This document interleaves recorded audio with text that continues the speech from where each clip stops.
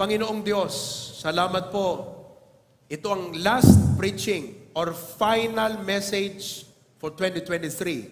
But actually, this is not a message for 2023. This is a message to close the year as we open the new year.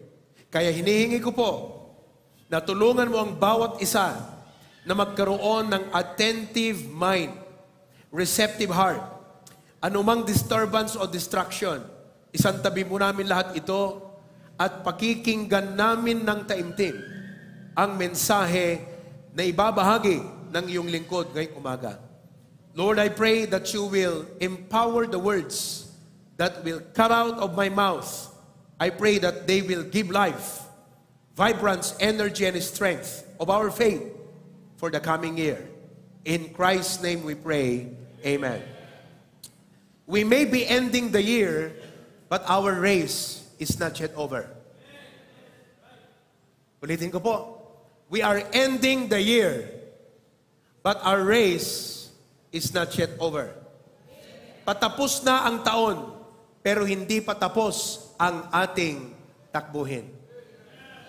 Nung galing ka sa camp, feeling mo, ay tapos na ang camp, pero hindi patapos ang buhay. Life goes on. Ngayong January 8, Lunes po yan, magsasalita ako sa Paway, Municipality of Paway, Ilocos Norte. And the Vice Mayor have requested our choir to come and sing when I preach on the first flag ceremony of the month and the year in Paway. Ibig sabihin, yung mga estudyante at yung mga nagtatrabaho, kailangan ito ang unang ifa-file nyo na leave. Kita nyo? Patapos pa lang ang taon, meron na naman tayong iniisip na gagawin. We may be ending the year, but the race is not yet over. So January 8, first Monday of the month, first Monday of the year, our choir will sing in Paway, Ilocos Norte. Amen ba, choir? Amen, choir? Yan, papasok pa lang sila. Okay? January 7, first service in the afternoon of our outreach in Paway. Ibig sabihin, lahat tayo ay dapat pupunta. Some of us will be staying in the sanctuary. The rest will go out and distribute gospel tracts and promote our church in City of Batak, Paway Outreach. Patapos ang taon, pero hindi patapos ang trabaho. That's the theme. That is the point of our message today. January 11. Listen now. Anong petsa? January 11. That is Thursday. Anong araw po yon? It's a working holiday. Holiday, pero may trabaho. January 11 will be the celebration of the National Baptist Day. National Baptist Day.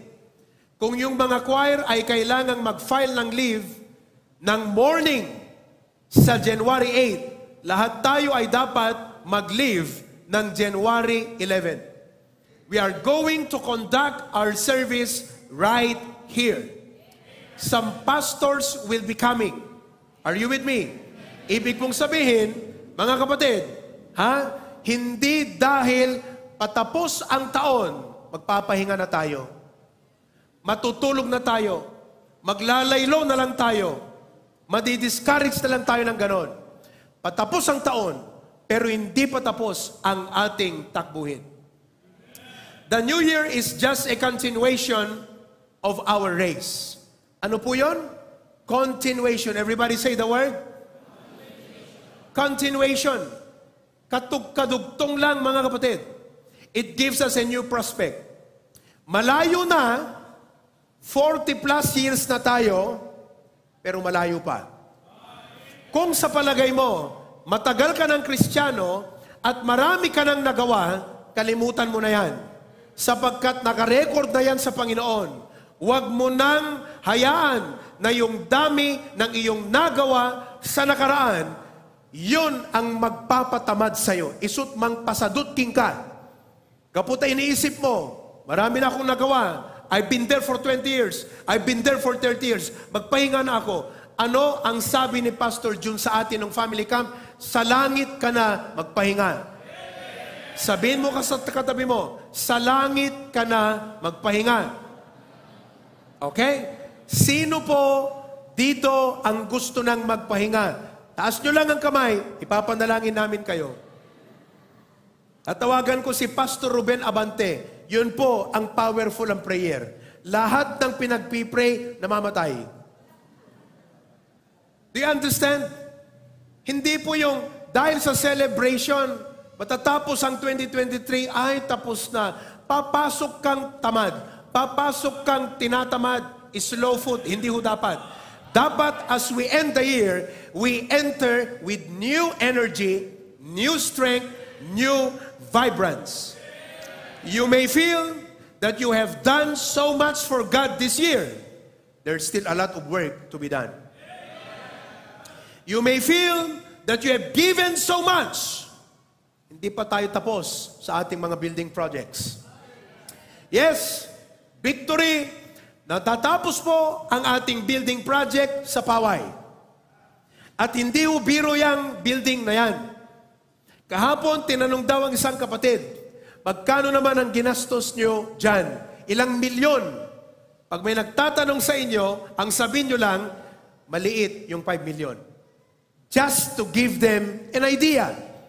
So malaki po ang ating iginugol. Marami sa atin ang nagsakripisyo, nagbigay, at huwag mong sabihin, ay salamat, tapos na. Mayroon naman tayong project for next year. Hopefully, bibilin natin ang lote sa Dingras. Pag nabili yan, automatic building project agad by June. Or even earlier. Kung hindi po yan nagtuloy o matuloy mga kapatid, we will continue the dormitory for the Paway outreach. So, we are ending the year. Marami po tayong nagawa, marami tayong naibigay, pero hindi pa tayo tapos. That's why, this morning, we must not slow down, but we must sustain our spiritual momentum. Ngayong umaga, ang title ng aking preaching sa inyo are the steps to sustain our momentum for the new year. Steps to sustain our momentum. Kaninang nagsisimula tayo, kikita ko yung mukha ng iba sa inyo. Tinatamad, inaantok, very slow, nakasimangot. Tingnan mo nga yung katabi mo. Hindi ho po pwede na ganyan ang attitude natin pagpasok sa bagong taon. Naniniwala ba kayo? God has prepared great things for 2024 para sa atin, mga kapatid. Then, sabayan natin siya. Kaya ang pinaka-tanong ngayong umaga, papaano natin masasabayan ang Diyos? E tinatamad ka na. Inaantok ka na. Nadi-discourage na tayo. Nagbabackslide na yung iba. Wala nga dito yung iba eh. Tingnan nyo dyan, sa inyong sanctuary kung nasaan kayo, wala yung iba. Nakakapatay yan ng momentum, di ba? When there are members who are absent, it kills momentum. Pero kahit pa man ganon, dahil marami pa ang dapat nating gawin, hindi dapat bumaba ang ating temperatura at dapat i-sustain ang ating momentum. Ang tanong, how? Gusto nyo po bang magkaroon ng spiritual momentum? Amen.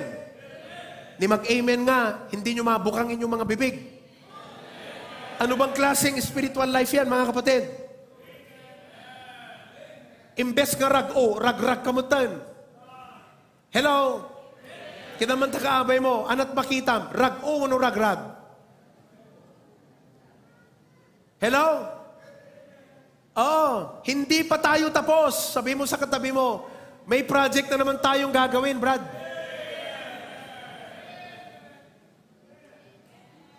Kayong mga coordinators, babakbakan ko kayo ng marami pang trabaho.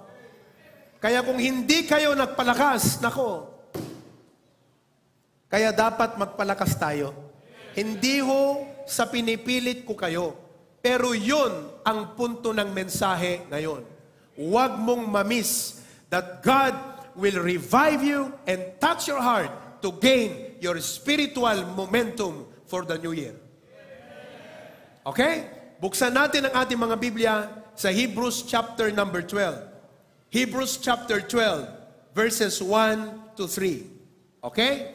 Hebrews chapter 12, verses 1 to 3. Ang sabi ng banal na kasulatan, page 1357 sa inyong mga Bibles, Hebrews 12, 1 to 3. By the way, sabi mo sa katabi mo, huwag kang malilate sa next Sunday, ha? Nakakasira ng momentum yan. Huwag kang malilate. Okay? Hebrews 12, basahin natin lahat. Everybody with a momentum. Okay? Let's read all together. Go. Wherefore, seeing we also are compassed about with so great a cloud of witnesses, let us lay aside every weight and the sin which doth so easily beset us, and let us run with patience the race that is set before us, looking unto Jesus, the author and finisher of our faith, who for the joy that was set before him endured the cross, despising the shame, and is set down at the right hand of the throne of God. Mga kapatid, huwag niyong hayaang masayang ang 2024. Nandito po sa dalawang verses na ito, ang susi at sikreto, paano tayo magkaroon ng momentum. Ano bang ibig sabihin ng momentum? Kayong may mga negosyo, pag hindi nakagain ng momentum ang negosyo nyo, kahit anong gawin mo, hindi yan aangat. Oras ng negosyo mo, nakagain ng momentum, ikaw, sikat agat atipa, titao nga umay. That's how important momentum is. Naunawaan po ninyo? Ang isang church katulad natin, sa mga nasa labas or Christians who are looking at us, nabibless po sila. Why? Because they see that the HBBC has gained its momentum. Although, hindi lahat ng mga miyembro nakagain ng momentum. Ang iba, paguyuguyod. Pakita mo nga yung video. Pakita mo yung video. Hanapin mo yon. Okay? Yung iba, paguyuguyod. Uray kasano ti panang motivate ti pastor. Hanag, amen. Maguyuguyod. Whatever be the reason, I pray, God will touch your heart today. God knows my prayer. God knows my prayer. Okay? May God heal us. May God touch us. And may God energize us. Okay? Pakita mo nga yung video para makita natin kung saan tayo dito sa video na ito. Okay? Ready? Go. The lesson from the card.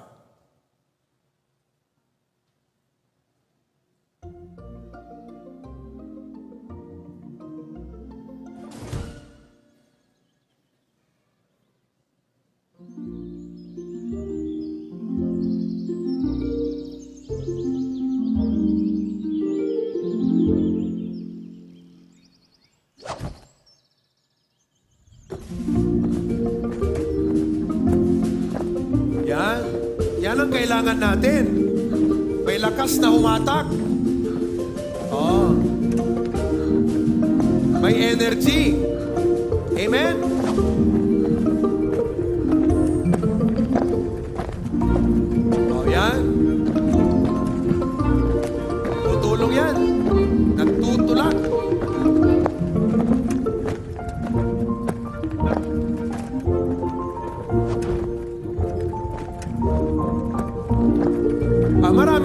members. Walang ginagawa, hindi tumutulong. Nakasakay lang. Walang contribution. Grabe, nasa sidetrack pa.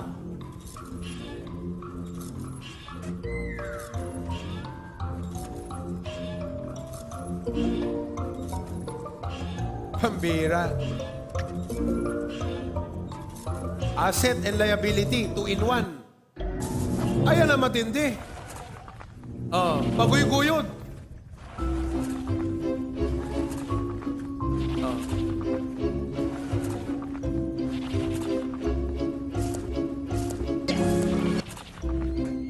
Pero pag ganun-ganun pa yan, ha? Ayan yung member na pag sinabi, Amen, Brad. Amen, Pastor. Pero, no. Oy, pambihira. Nagchichismis pa ng iba. Yun ang may momentum, mga kapatid. Yan dapat ang church natin. Ganyan, ganyan dapat tayo. Kaya ikaw, member. Yan. Ayusin natin. Malis ka na. Pera. Paalisin natin yung mga ganyan. Pag umalis yan, okay lang. Ayaw naman tumulong talaga eh. Pero kung gustong tumulong, very good. Amen.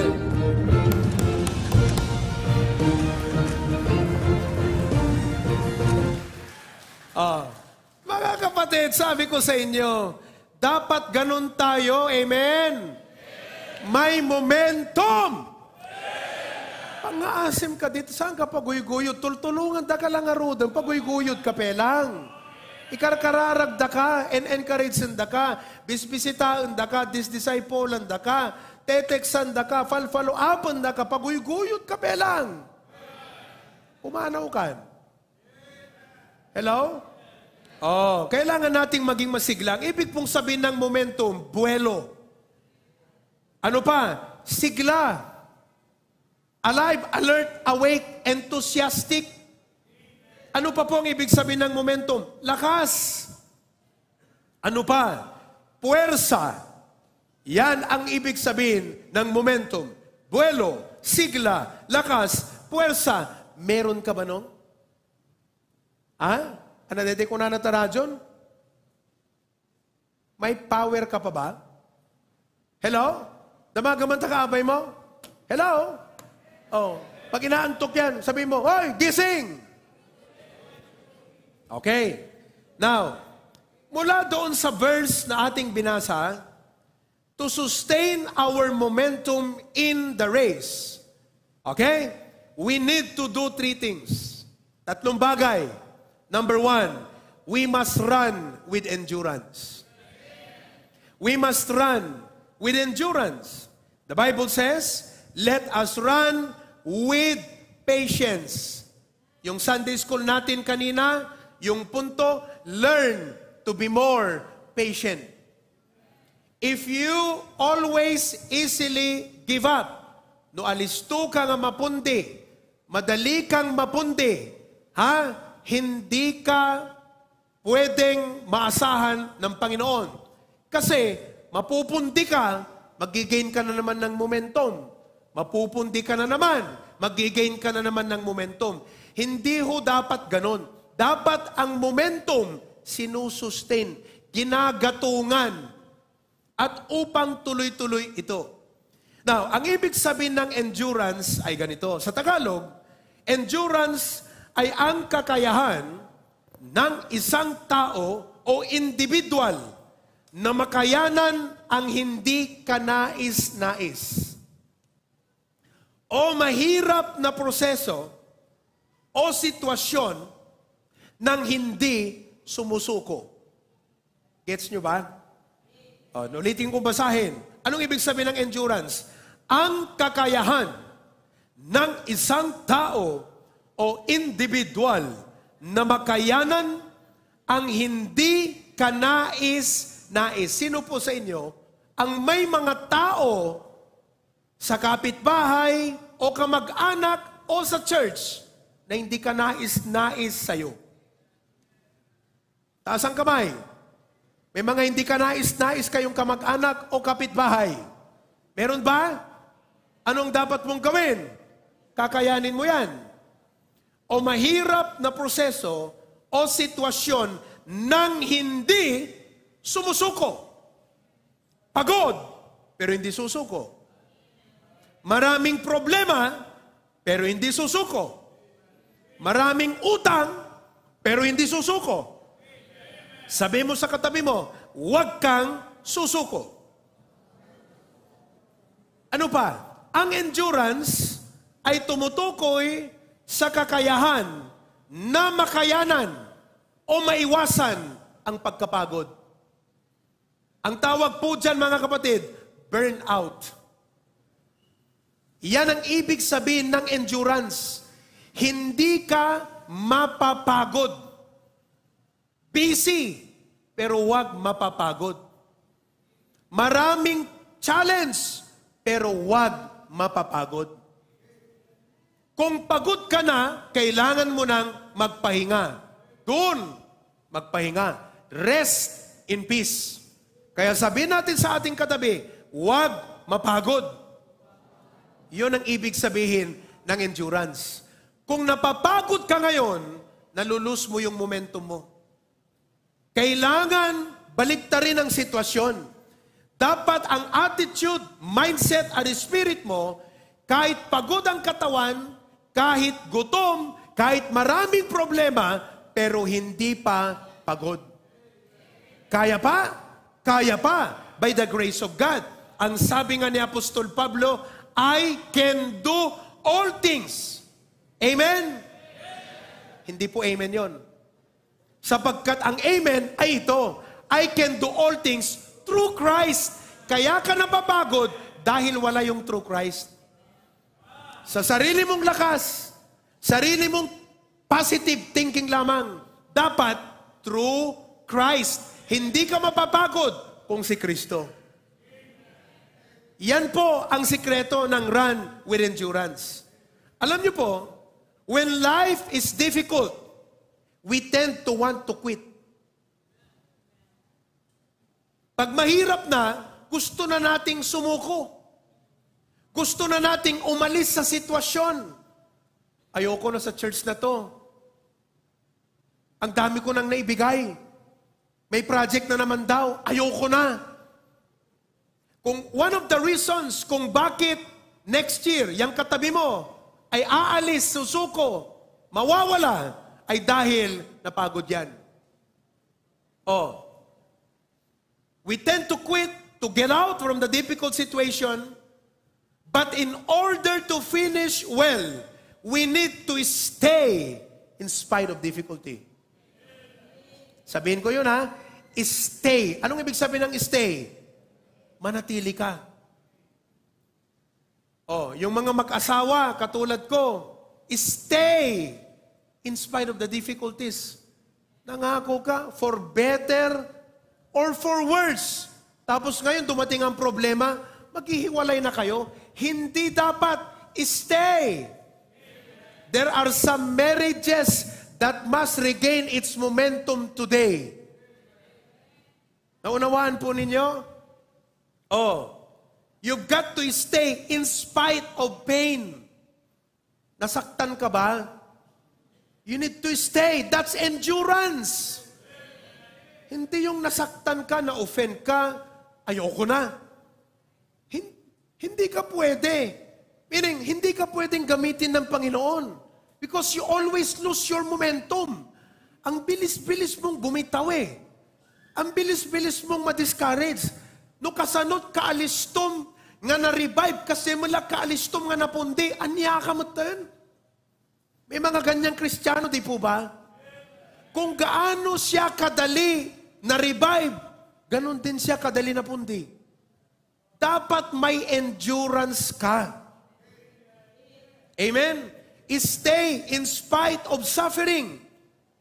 Stay in spite of difficult circumstance. Don't quit. Keep on going. That's how you will sustain your momentum. Paghariin sa atin ang patience and endurance. I know some of us today are going through trials. Ang iba, sickness. Si Ma'am Marites, ipanalangin po ninyo sapagkat nag-recur yung cancer sa kanyang katawan. Pero alam nyo, kaninang umaga yata yon, nakita ko sa group chat ng Claveria. Di ba meron tayong report ng Good News Club, Tracts Distributed, Souls Won. Sino ka dakiti makakit-kita ka dahi dyan ko? Itayag naman ti ima na. Awang pakialam yun ta group chat tayo na ya. Kayo ba tumitingin pa sa group chat natin? Kung member ka, nandun ka. O, sino ka dakiti makakit-kita no ka di jay? O, nakita ko kanina yung group chat ng Claveria. Tingnan nyo ha. May cancer. Nag-recur yung cancer ni Ma'am Marites. Panalangin nyo siya. Panalangin nating lahat. Pero nakita ko doon, tracts distributed. Siyang nag-post, 4. Wow! Yung taong may sakit, malala ang sakit, na pwedeng mag-cause ng anxiety o depression, hindi nakahadlang yung sakit sa kanya. Nagbigay ng 4 na gospel tracts. Yan ang ibig sabihin ng endurance. At alam nyo, may biyaya ang Panginoon for us to endure. For us to be patient. Hello? Lahat po ng tao may problema. Pati Kristiyano may problema. Ang lamang mga kapatid, yung the way we handle it, the way we react, the way we face it, there's nothing you can probably do with the situation. But here's something you can do with your attitude. In order for us to sustain our momentum, dapat ang attitude natin, patient and enduring. Some of us may go through trials, we have sicknesses, we have pain. Ang iba sa atin, family problems. Maybe relationship conflicts. Inaaway ka ng kamag-anak mo, chinichismis ka ng kapitbahay mo, o ng kasama mo sa trabaho. Ang lahat ng ito ay pwedeng makapundi kung hinayaan mo. Pero ang sabi ng Bible, run with patience. That's a command. Ibig sabihin, pag may problema ka, ang gustong makita ng Panginoon sa buhay mo, patience. Sapagkat yun ang kanyang utos. Run with patience. Pag sinabi niyang run with patience, ibig sabihin, may rason kung bakit kailangan mong maging patient. That's what God wants to see in us. Amen. So, dumating ang lahat ng ito. Trials, sickness, problema sa pamilya, ang daming pangangailangan, may conflict pa. There is always that temptation in mind to say, that's it. I have enough. I'm not following Jesus anymore. There's always that temptation. Di ba? Matutukso yung loob mo eh. That's it. Pagod na ako. Ayoko na. Palagi ako nag-church. Nagbabasa ng Bible. I mean, may isip mo yun eh, di ba? You will feel like you've been so faithful. Well, in reality, wala naman sa atin ng 100% faithful talaga. Pero may isip na natin yon. And we begin to complain in heart and we are tempted and say, I'm not going to follow Jesus anymore. Don't quit. Pag ganon mga kapatid, nasira yung momentum mo. Kaya kahit anong preach dito, wala na. We must run with endurance. In 1968, Mexico was holding the Olympics at that time. And everybody has a story about this amazing story. Wag mo nang ilagay dyan. Ako na lang. Okay? In 1968, the ceremony is over. People are leaving the stadium. Nag-uwian na yung iba mula sa stadium. Lahat ng mga medalya, inaward na sa mga runner. Then there was this announcement from the announcer himself. Ang sabi niya, ladies and gentlemen, sabi niya, please stay back. Subli kayo. Balik kayo. Sabi nila, what's up? Tapos narinig nila yung siren. They see a flashing red and blue light from a distance na inaalalayan ang isang tao who was limping and trudging into the stadium. This was a marathon. Kada king kakabsat nga mapan ijay stadium. The announcer said, everyone, please be seated. We have the last runner from our marathon. Tapos ng lahat, nag-award na ng medalya. Pero tumatakbo pa yung last runner. You know? And he was shocked. They were shocked. Last runner for the marathon. The awards have been given. Closing ceremony is over. Tapos na. Then they were made up to understand that this runner is from Tanzania. His name, John Stephen Akwari. Hirap i-pronounce ang pangalan niya. John Stephen Akwari. And he was limping. A king-king-kingan. This is a real story. Because midway in the marathon, sa kalagitnaan mga kapatid, he had a bad fall. Bumagsak siya. Natapilok siguro. O may nasikarod. He fell and he damaged his shoulder. He dislocated his knee. And he was banged on the head. Itupa. Trampled upon by several runners. Naapakan pa siya ng ibang mga runners. But he got up and agonized his way for the next 20 kilometers.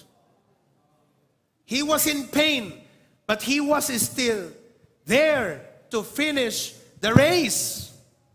Several hours later, when everybody's gone, wala na, he is still running his race, coming into the stadium. The crowds were amazed. What a spirit. Who is this guy from Tanzania? They cheered him on.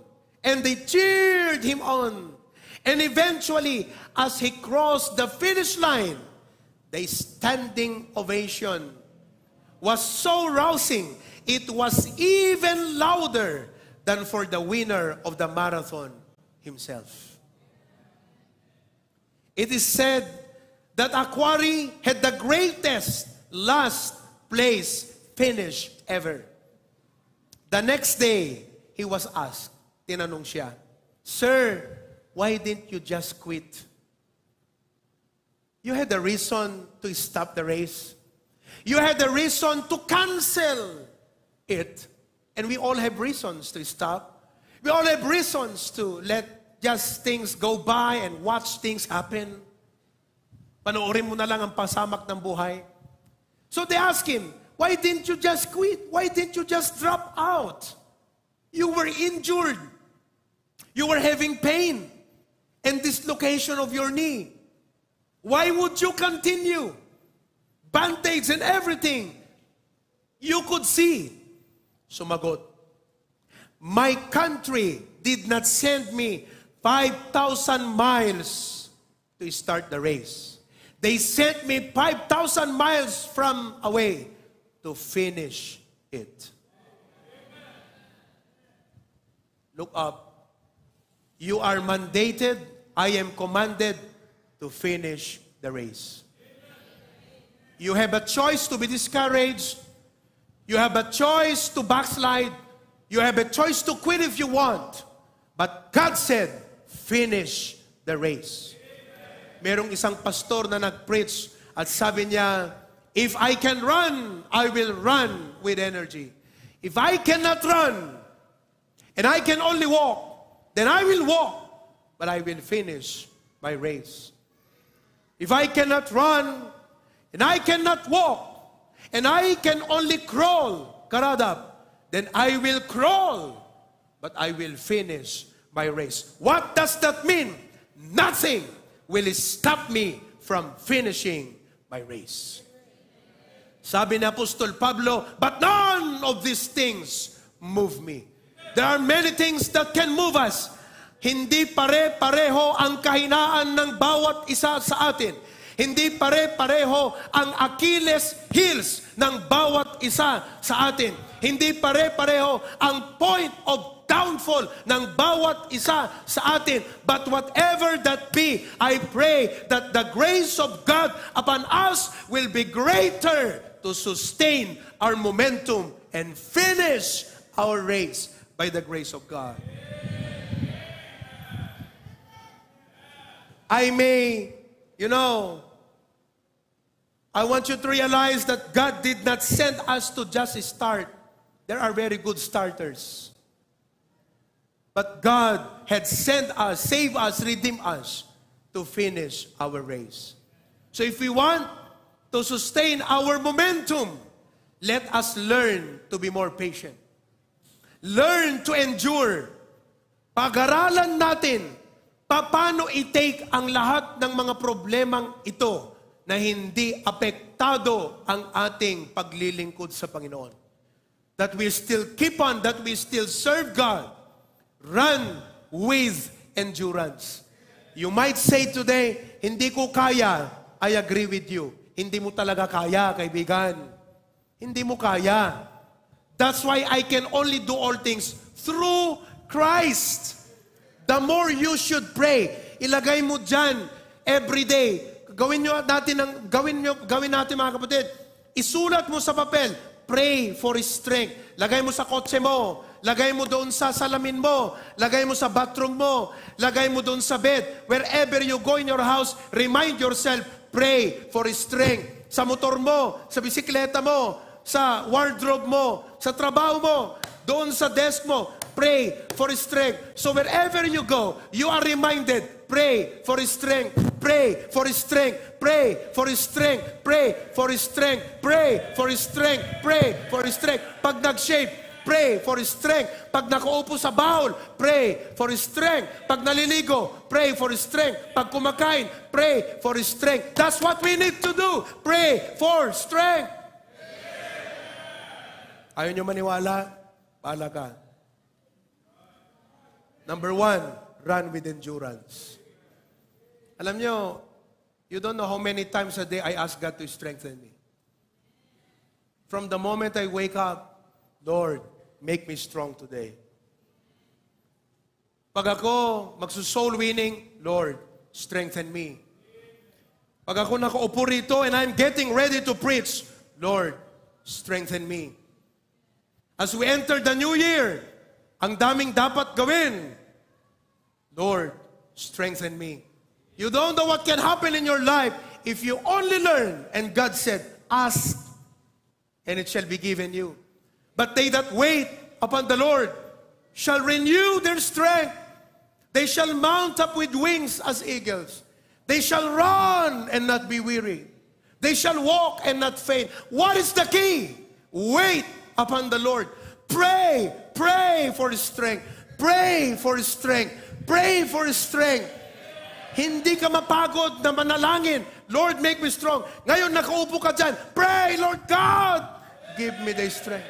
Pag uwi mo mamaya, Lord, give me the strength. Pagdating ko sa bahay, may problema kung may problema, Lord, give me the strength. Sa papasok ka na naman sa trabaho, Lord, give me the strength. May dumating na problema, Lord, give me the strength. How many times did you pray for strength?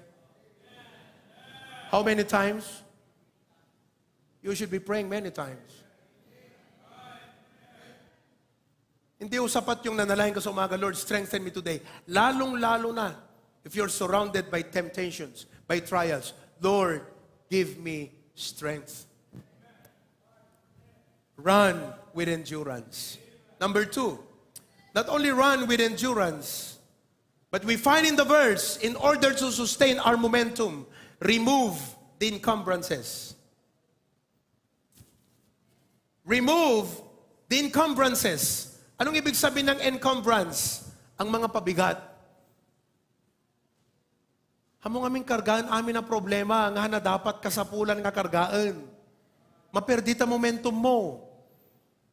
Ang Panginoon, mahalaga sa Kanya, may momentum ka sa Kanya, paglilingkod mo sa Kanya Remove the encumbrances. If you look at the good long-distance runners, yung mga tumatakbo ng malalayo, di ba, minsan nag-jogging ako dyan sa sa may ground. Makita mo yung mga athlete. Pag sinabi mong athletic ang katawan, very athletic, di ba? Just like the Kenyan runners, ano makikita mo? They are all slim. Tingnan mo ngayon katabi mo. Look at it right now. Itong mga runners, lahat po sila slim. Ano pa? Skinny. Kas natulang lahat makikita mo nga na napakalupkupan tilasag. They are all slim and skinny. They don't have any ounce more of, extra weight on them. Not a single ounce.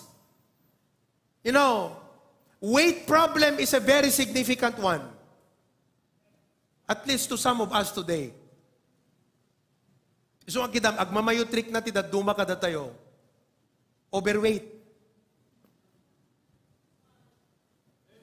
Nakabaybayag, nakaginginad nga magna. Overweight. Weight problem. Hello? Is a very significant one. There is a joke. Meron daw isang, husband. At nandun siya sa kanyang bathroom, sa kanilang bathroom. Nakatayo dun sa weighing scale. Alam niyo ang weighing scale? Pagkilwan. Oo. Eksakto, pagdaan ng kanyang misis, na hindi niya alam dumaan yung misis niya, malaki yung tiyan. Tinakin niyang ganyan, no? Tinakin. Can you tuck in your tummy? Kaya mo, Jedong? Kaya? Tinakin niya yung kanyang, kasi nakita niya, tinitignan niya po yung weighing scale. Tinakin niya yung kanyang tummy. Sabi ng misis niya, sabi niya, honey, sabi niya, what are you doing? That's not going to help. Hindi makakatulong, hindi dahil tinakin mo yung tummy mo, bababa yung yung weight mo. Sabi ng kanyang asawa. Sumagot naman siya. At sabi niya ganyan, well, of course it helps. It's the only way I can see the number. Ganon kalaki yung kanyang tiyan na pag hindi niya makikita yung number dun sa weighing scale. Weight is really a significant problem. To some Filipinos at least. Alam mo dun sa Hong Kong o sa Singapore, bibihira kang makakita ng mataba na Chinese. Yeah. Because the Chinese people have a very active lifestyle. Ang bibilis maglakad yan. Punta ka Singapore, ang bibilis maglakad. Yung mga Pilipino pambira. Pag naglakad dyan, galing trabaho, pakendeng-kendeng pa na ganyan. Tapos, maghapon sa opisina, order ng McDo, French fries, di ba? Grabe. Weight is a problem to many Filipinos. But today, weight is a problem. Not just physically, kaya mag-diet ka na. Sabi mo sa katabi mo, can that be one of your New Year's resolution? And don't over-break that. Magbawas ng weight. Hello? Weight problem is a problem not just physically, but I believe to many Christians, weight is a problem spiritually as we follow the Lord Jesus Christ. Kaya ang sabi ng Bible, lay aside every and dalawang bagay yun Una, lay aside sin. If you're going to sustain your momentum, lay aside sin. Kasalanan. Hello? Secret sins. Pet sins. Ano yung pet sin? Bitsin. paborito mong kasalanan. Lay it aside because these are momentum killers. Anong gagawin ng kasalanan sa atin? Sin numbs us. Amoy the word nga numb. Iso kung umay ka makikimong hanggang makarik na. Apay, Lunes aging gat Sabado. Agbibiyag tayo tibasol. Hello? Sin will numb us. Not only that, sin clouds our vision of God. Are you wondering, apay kas lang kung makita ni Apo Diyos tibiyag ko. Wala dadot pas basol tayo kakabsat. Hanggang makita. Agubra, permig gagat ko, ado nga panunod ka namin. Kas lang kung makita. Oy, baka dadabasol nga dapat i-confess mo. Huwag mong sabing wala. Bakit? Righteous ka ba? Ako nga hindi eh. I still confess my sins to God. Do you? Oh, no one should be self-righteous among us today.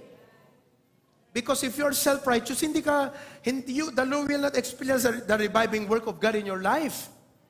So, sin clouds our vision. Ang sabi ng Bible, blessed are the pure in heart, for they shall see God.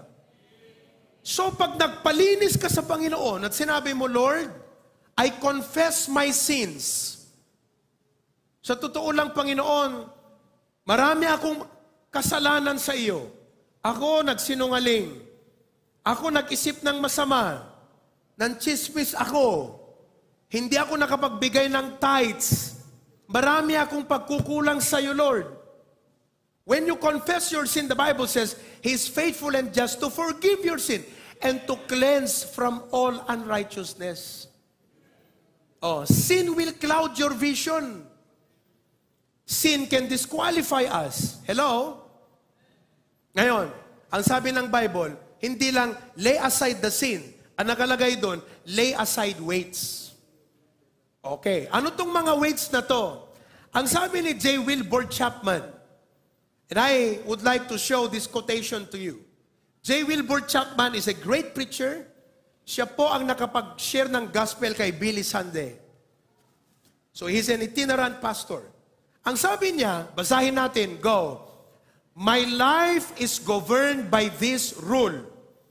Anything that dims my vision of Christ or takes away my taste for Bible study or cramps my prayer life or makes Christian work difficult is wrong for me. And I must, as a Christian, turn away from it. Oh, nakita nyo yan? Yan ang ibig sabihin ng wait. Ano man daw na magpapalabo sa kanyang paningin sa Panginoon. Okay? Or nakakawala ng gana niya sa Biblia. May gana pa ba kayo o wala na? Tayo kasi, ang ating gana sa Biblia, selective tayo eh. We are very selective. Pero kami mga pastor, in season or out of season kami ha. Kahit feeling mo, ayaw mong pakinggan yung preaching, i-preach pa rin namin yon. Kasi nga, we are commanded to preach in season. Ibig sabihin ng season, napapanahon. Ibig sabihin yung tao, para sa kanya, grabe sakto sa akin yung preaching na yun feel ko yun there are times na hindi para sa'yo yun. Pero kailangan mong tanggapin. Bakit? Baka para sa iba, ikaw ang gagamitin na mag-exhort sa iba. But we will preach in season and out of season. Pero anuman na nakakawala ng iyong gana sa pag-aaral ng Biblia o nakaka-paralyze ng iyong prayer life. Kumusta ang prayer life natin? Or makes Christian work difficult. Sasadutkan nga, agtrabaho para ti Apo. Ano man yan na dahilan, ang sabi niya, it is wrong. So question today, what are the weights in your life? Abay nagrigat kang o may makigimong. Bakit mahirap para sa'yo mag-attend sa church? Late ka. Baka kailangan may sakripisyo ka na tanggalin sa buhay mo. There are some bridges you need to burn, my friend. Kasi dapat ang bigyan mo ng priority sa buhay mo, the kingdom of God. Yan ang bigyan mo ng puwang. Sabi ko sa inyo, yung preaching sa allocation, napakahalaga yun eh. Ang problema kasi sa atin, this is a wrong mindset ha, inuuna natin yung mga trabaho, negosyo, pamilya, pagtulog, pagkain. Inuuna natin yon. Pag may natirang oras, church. That's not right.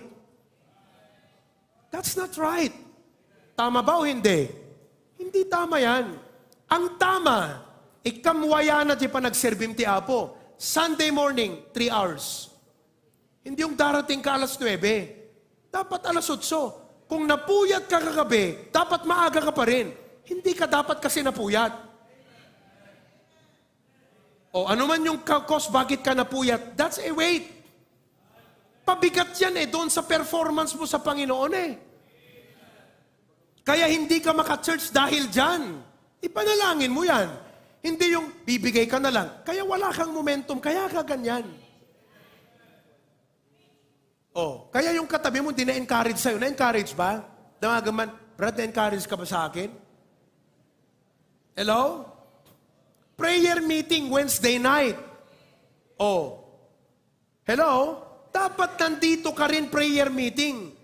So, unahin mo yan. Sunday morning, involvement ko sa church, prayer meeting. The rest, yun ang para sa trabaho. Negosyo. Kailangan mo magbawas? Ganon din sa pagbibigay ng tithes and offering. Hindi ka nakapagbigay ng happy birthday, Jesus. Bakit? Samantalang bumili ka, ang ganda-ganda ng sapatos. Hindi masamang bumili ng magandang sapatos. Pero dapat, yun ay nasa ano na yun After you have set aside what's for God. Do you understand? Lay aside the weight. What is the weight in your life? It could be a relationship. It could be a job. Or a hobby. Or a possession. Pwedeng social media. Nakikinig ba kayo? Social media. Okay? Am I saying these things are wrong? Not necessarily. But it becomes wrong because they already affect your performance to God. Pinupuyat ka nila ng Sabado Alam nyo, kaya hindi po ako tumatanggap ng mga appointment ng Sabado ng gabi. And members, you should know that. You have to respect the schedule of your pastor. Saturday night is my time to evaluate with our key people. And Saturday night is my time to prepare. Now, I say this also to you. Saturday night is not a time to hang out with friends. That becomes a weight. Umay ka magigimong. Nakamulagat ka, blanko ta panunot mo. Bakit? Anong oras kayo naghiwa-hiwalay ng kaibigan mo kagabi? Apektado yung pagtakbo mo. Sige, pwede kayong mag-hangout. Anumang oras ng linggo, huwag sa Sabado ng gabi. Naunawaan po ninyo. Because Saturday night is a preparation for Sunday morning. Kaya sa Sabado ng gabi, mga kapatid, matulog ng maaga. Pastor, ang body clock namin, alas 12 na ako natutulog Di ko nga body clock mo alas 12. Dapat i-establish mo, 5 a.m., gising ka na rin. Ang aking may bahay, alas 4, gising na kanina. Alas 4. Si Kiyon, alas 4, gising na. 5:30, nakabihis na silang lahat. Ako na lang hindi. 5:30. Bihis na si Kiyon, si Kirk, Catherine, nakabihis na silang lahat. 5:30. Ikaw, anong oras ka gumising? Bakit late ka gumising? May insomnia ako, pastor. Ipanalangin natin yan. Panalangin natin yan. Kasi kung baga sa trabaho, kung pagagalitan ka ng boss mo, magre-reklamo ka? Hindi ka naman magre-reklamo Bakit dito, pag pinalalahanan ka namin, na-offend ka? Sino ba yung boss mo na yan? Na mas mataas ang respeto mo sa kanya kesa sa Diyos. Pag ang boss mo nagalit sa'yo, hindi ka na-offend. Pag dito sa church, na-offend ka. Bakit? Sino ba yung boss mo na yan? It's about time ma-realize mo, boss lang yan. Binigay ng Diyos yan. Mas tratuin mo ng Panginoon ng respeto kaysa sino mang boss sa mundong ito. Kaya ba kayo, pinalalahanan namin, huwag kayong ma-offend. Wala kang karapatang ma-offend.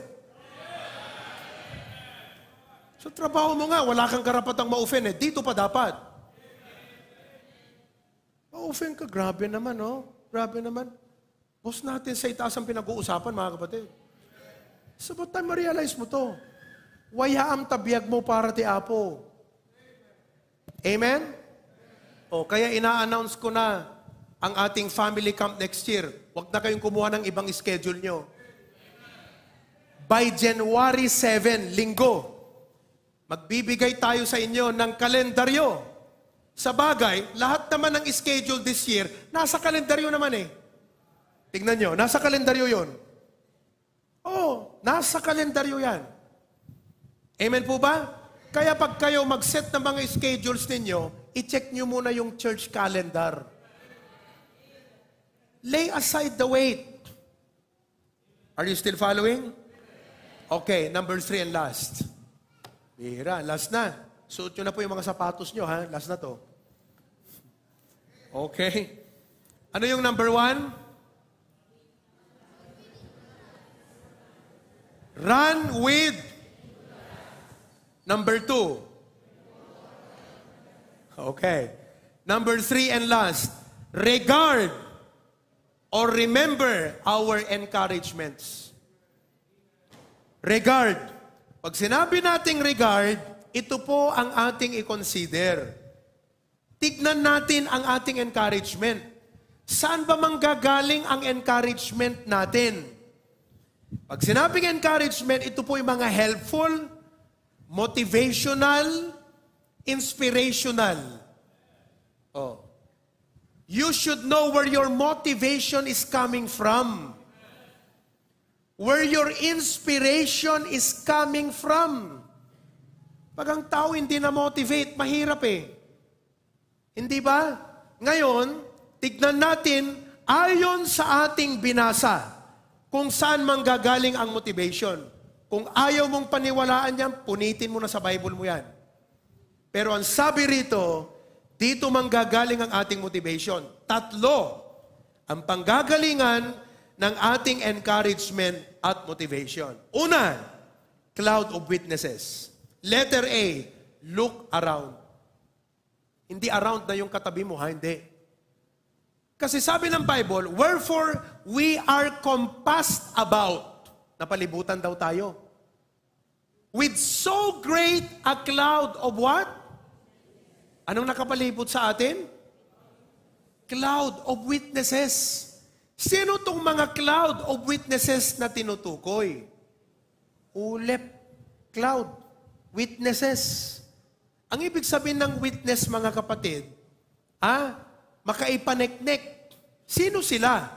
Sila po yung nasa Hebrews chapter 11. They are the heroes of faith. Sino sila? Andyan si Abel, na pinatay ng kanyang kapatid. Pero lumakad sa pananampalataya.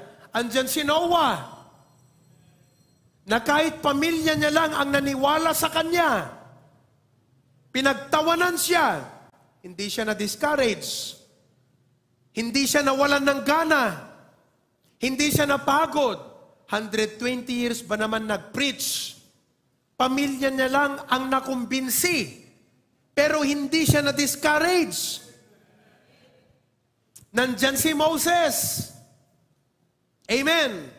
Na kahit ang ganda na ng kanyang trabaho sa Ehipto, iniwan niya dahil sa calling ng Panginoon sa kanya. At lahat sila, they ran the race of faith. Ginawa nila yon. Yun ang dapat maging inspiration natin. Na ano? Kung kaya nila, kaya ko rin. Kung kaya ni Mister, kaya ni Mrs. I-relate mo yung buhay mo sa kanila. Hello? And that should become your source of encouragement. These people who have done it came back and said, ang sinasabi sa'yo, you can do it. Parang si Abraham, Noah, nagsasabi sa'yo ngayong umaga, you can also do it. Malalampasan mo rin yung problema mong yan. Matatapos din yan. Mapagtatagampayan mo rin yan. That's what the author of Hebrews is telling here. The lives of this patriarch, the life of these heroes of the faith. Anong sabi ng Romans 15:4? Tignan nyo ha. Dito manggagaling ang encouragement ng Kristiyano eh. Oh, hindi ka dapat, bankrupt sa encouragement. Meron no? Basahin natin. Go. For aforetime were written for our learning, that we through patience and comfort of the might have. Oh. Ang malaking problema dyan, kung aayaw ka na sa pagbabasa ng Biblia, wala ka nang pagkukunan talaga ng ibang encouragement. Sa Bible lang eh. We are surrounded. So you need to look around. And then, sabi ng Bible, looking unto Jesus. Pangalawang encouragement, look upward. Ano yung unang tignan natin? Yung mga nauna sa atin. By the way, palagi ko ang sinasabi kung kayong mga members, dahil lang sa mga problema, nag-quit kayo, tignan nyo si Pastor John. Yung mga original na members na iba, wala na. Pero siya nagpapatuloy pa rin. Kaya kung binigyan siya ng Panginoon ng biyaya na tapusin ang kanyang takbuhin, bibigyan din tayo ng Panginoon ng biyaya. Hello? Look around. And then what? Look upward. Looking unto Jesus. Gusto ko yung sinabi ni Corrie ten Boom. Hindi Cory Aquino, ha? Corrie ten Boom. Ang sabi po niya, okay, basahin natin. If you look at the world, you will be. Basahin mo yung balita. Tignan mo yung mga news. Matatakot ka.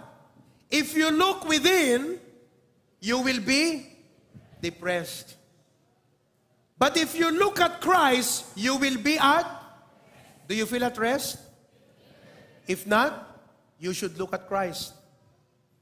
Tignan mo siya. Keep your eyes on Him. Siya ang makakagamot sa'yo. Siya ang gamot ng discouragement mo. Siya ang gamot ng problema mo.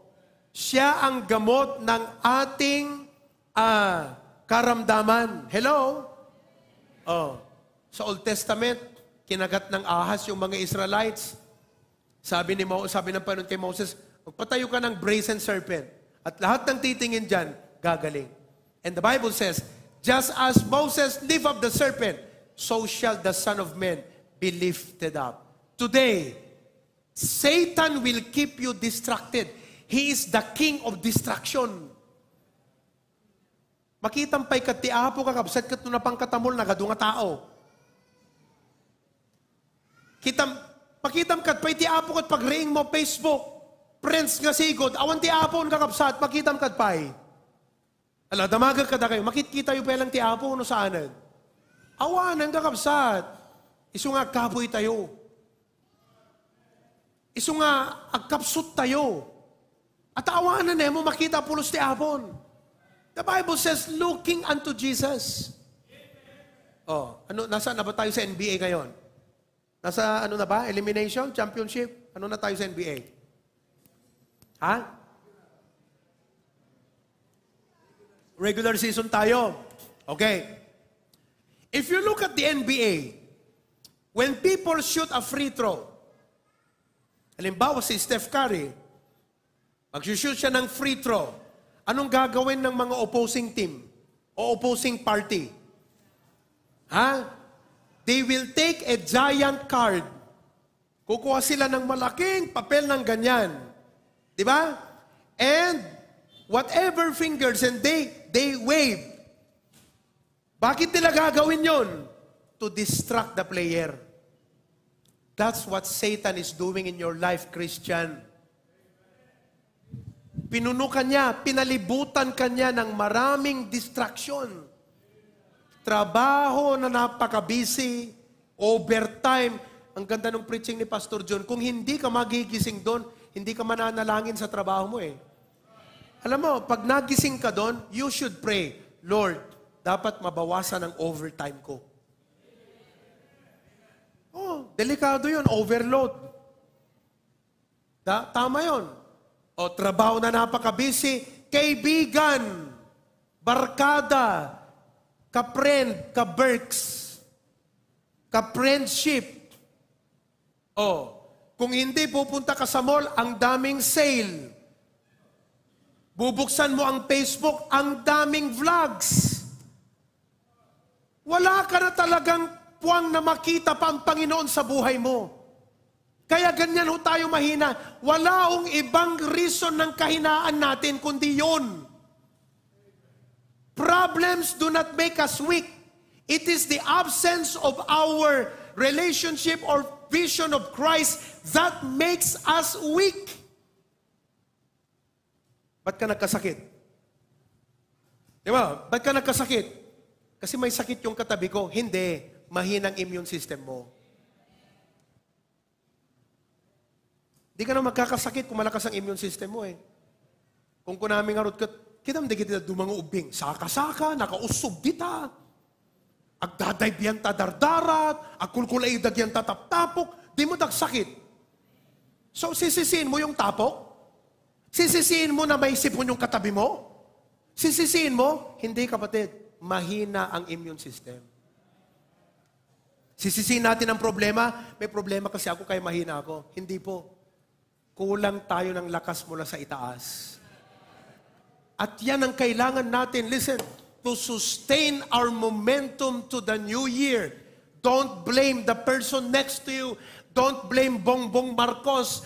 Don't blame Israel and ano ba yun, kalaban? Hamas. Don't blame Russia. Don't blame the policeman. Don't blame the neighbor. Don't blame your wife. Don't blame your husband. Don't blame your brother. Don't blame the pastor. Instead, sabihin mo, talagang ang buhay, maraming problema, pero ang aking lakas, galing sa Diyos. Look upward! Today, brethren, let us look upward and sustain our momentum. Palakasin natin ang ating spiritual na immune system by looking upward. Kita nyo na? Ganun tayo minsan eh. Ba't kasi nipon? May sipon kasi yung katabi ko eh. Hindi. Kahit pa isapon yan, pag malakas ang immune system mo, di ba, tama ba ako, Dok? Di ka kakaptan ng sakit na yan. Kahit marami tayong problema, kung ang lakas ng Panginoon ay nasa atin, hindi ho tayo tatablahan. So look around. Look upward. Satan is the king of distraction. Don't be distracted. And lastly, look forward. Ang inspirasyon, motivation, at encouragement ng isang Kristiyano is by looking forward. Tingnan niyo po sa verse. Ang sabi doon, looking unto Jesus, the author and finisher of our faith, who, for the joy that was set before Him. Look, sabi doon, kung bakit nagawa ng Panginoon, natiisin yung hirap sa krus, dahil meron pong nakaabang na pangako sa Kanya. Who for the joy that was set before Him. He was not looking backward, He was looking forward. Because of that, ano sabi ng Bible? Endured the cross. Alam mo, si pastor, pag nagdi-discourage ako sa ministry, feeling mo na parang hindi ka nag-succeed, parang ginawa mo ang best mo, pero hindi pa rin nagpatuloy yung Kristiyanong iyon, sinubukan mong i-reach out, pero pinili pa rin niyang mag-backslide, pinili pa rin niyang mag-quit. Parang iniisip mo, Lord, successful ba ako doon? Failure ako doon? Pero I was so blessed with the song of the choir today. Pag ginawa mo na yun sa Panginoon, hindi nakalimutan ng Panginoon.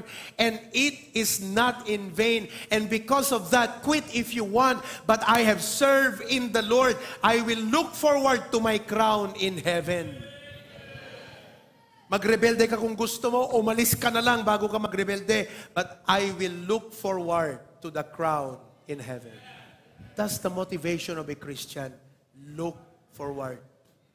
Ang ganda ng sabi ng James, na yung mga makakatiis sa mga problema ng buhay, tatanggap ng korona sa Panginoon. Look forward. Every man that is striveth for the mastery is temperate in all things. Now they do it to obtain a corruptible crown, but we an incorruptible crown. Ang sabi po ng isang magaling na pastor, ang pangalan ay si Warren Wiersbe.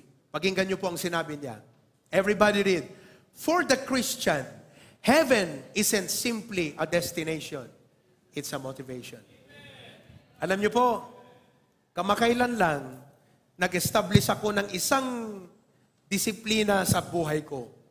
Basta pagkagising ko sa umaga, merong mga certain na mga biblical truths na rini-review ko lagi. One of which is heaven. Basta pag nagising na ako, sabi ko, Lord, I will leave this world behind. I will be excited of heaven. Anytime you come, awan baka igawid kanyak tirabaw ti daga. Awan na po. Uray ka digiti blessings nga inted mo, they cannot hold me back because I'm excited of heaven. Looking forward. Are you excited of heaven? I am more excited of heaven than the New Year. Sino sa inyo, mamili kayo, New Year o langit? Balitan natin, New Year o Second Coming? Alin ang mas exciting sa iyo? New Year or Second Coming? Mas maganda yung Second Coming, wala nang problema ron. Wala nang utang. Kung may utang ka ngayon, hindi mo na problema yung bayaran yon. Kasi sa langit, wala nang sisingil sa iyo dun eh. Mas exciting yung Second Coming kaysa yung New Year. So we look forward. Amen? It's the source of our inspiration. So ano yung tatlo na dapat nating gawin, mga kapatid, to sustain our momentum? Number 1, run with endurance. Learn how to be patient. Learn how to overcome weariness. Number 2, remove encumbrances. Ikam tiwaya, di pa nagserbim ti Apo. Inutom nga ikatan digitoy nga makaigawit. And thirdly, regard the encouragement. Let's all stand together. Tumayo tayong lahat. Kumusta kayo dyan sa Singapore? Marami na sila doon. Amen. Pakita mo nga, Singapore. Amen. It's nice to see everybody. Okay? Pakinggan niyo po. Wala hong makakapagsabi na ang Christian life ay napakadali. Siguro sabi nating simple. Pwede mong isimplify, pero hindi madali. Okay? If you have been in the faith for a period of time, like 5 years ka na, 10 years, 20 years ka ng Kristiyano, you will know it's really difficult. We live in a world that is anti-Christ. The society, the fashion, the trend, it's anti-Christ. It's pulling you away from Christ. We live in a world that will not value truth. They don't care. Kahit sabihan mo yan, kahit invite mo sa church, etchepwera lang yan sila sa'yo. Hindi ka nila papansinin. We face ridicule, we face opposition. Plus, there are trials and pain, sickness, difficulties. And when you go through all of that, it's so easy to say, I want to throw in the towel, I want to quit. Ayoko na. Pupunta lang ako sa church pero laylo lang ako. Sa likod lang ako. Hindi ho yan ang kalooban ng Diyos sa'yo, kapatid. I believe that is not God's will for you. God's will for each and every one of us is to run the race. Run. If you cannot run, then walk, but finish the race. But if you cannot walk, then crawl. But you ask God to give you strength. I pray today, this message, you would come and say, Lord, pabarwem ti pigsak Apo. Pabarwem ti pigsak. Pabarwem ti excitement ko. Ikan nag-apo iti buwelo. Dete, comes Sunday, Lord, I'm excited. You know? Even if you don't want to quit, you say, it's time for me to slow down. Siguro hindi ka magkukwit. Pastor, hindi naman ako magkukwit. Pero slow down lang muna ako. I will slow down in my race. I've got to take care of my career. I've got to take care of my family. I've got to take care of my children. I have to make sure I have enough for my retirement. I have to make sure of my future. I have to make sure that everything is secured. I've not much time anymore. After all, marami naman ako nagawa para sa Panginoon. Okay na yun. Tama na yun. I have lived a blaze for God for 10 years, 15, 20 years. But this morning, God is saying to you, what matters is not how you started, but how you finish. May we, like the Apostle Paul will say, I have fought a good fight. I have finished my course. I have kept the faith. We are running a marathon. Hello? Maybe this morning, you need to lay aside some things in your life. Some encumbrances. Make cut some relationships. Kailangan bawasan yan. Hello? Make a choice in your career. Maybe it's time you are done with some of your hobbies. Sabi mo, tama na tong extracurricular activity na to. Give up ko na. It's time to stop this. Hello? And if you will run, Christ will run with you. Because He is the author and finisher of our faith. As we end this year, let us come to the altar today and kneel down. Kung hindi nyo po kayang mag-kneel down, then come forward, just stand up, but you need to come and take your burdens to God, your problems to God, and say, Lord, help me regain my spiritual momentum. Natauhan ako, Lord, there are some things I need to cut in my life today. Come forward right now. Would you come?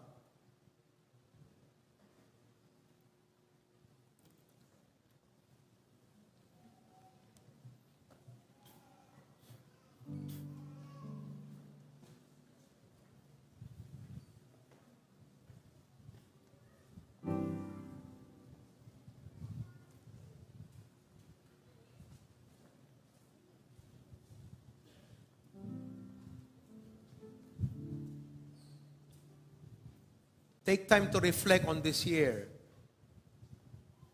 Did you run well? Did you run for Christ well? If not, why?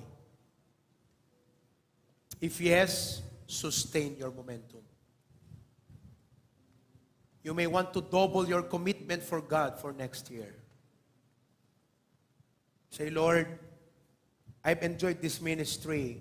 I want another ministry. Lord, I've enjoyed Sunday morning service. It's time for me to come and join the soul winning. Hindi yung magre-reason out tayo sa Panginoon. If we can actually, let's ask God to help us.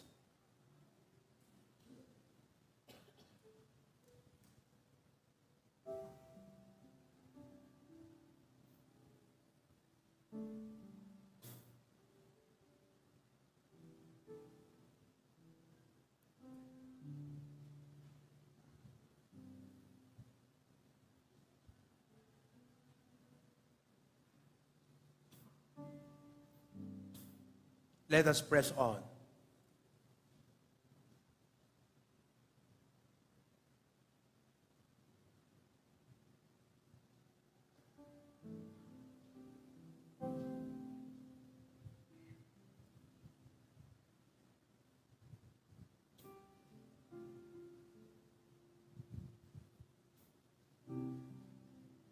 Lord, thank you so much for the challenge kaninang Sunday school from our beloved Patriarch. And for the encouragement in the preaching, Lord. You have given us a message on how we can sustain our spiritual momentum. Tulungan na kam kumaapo, ngagananos, han nga mabannog, ikatan dagiti banbanag nga makaitubeng, makailapod, kan makapadagsen.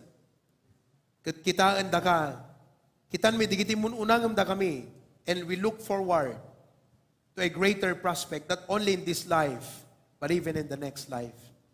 And I pray, Lord God, I ask today, even no kasanot pa nang i-preach ko, Apo, Awangkas ti Santo Espiritu nga isu ti mang touch ti puso mi itang abigat through this preaching. In Jesus' name.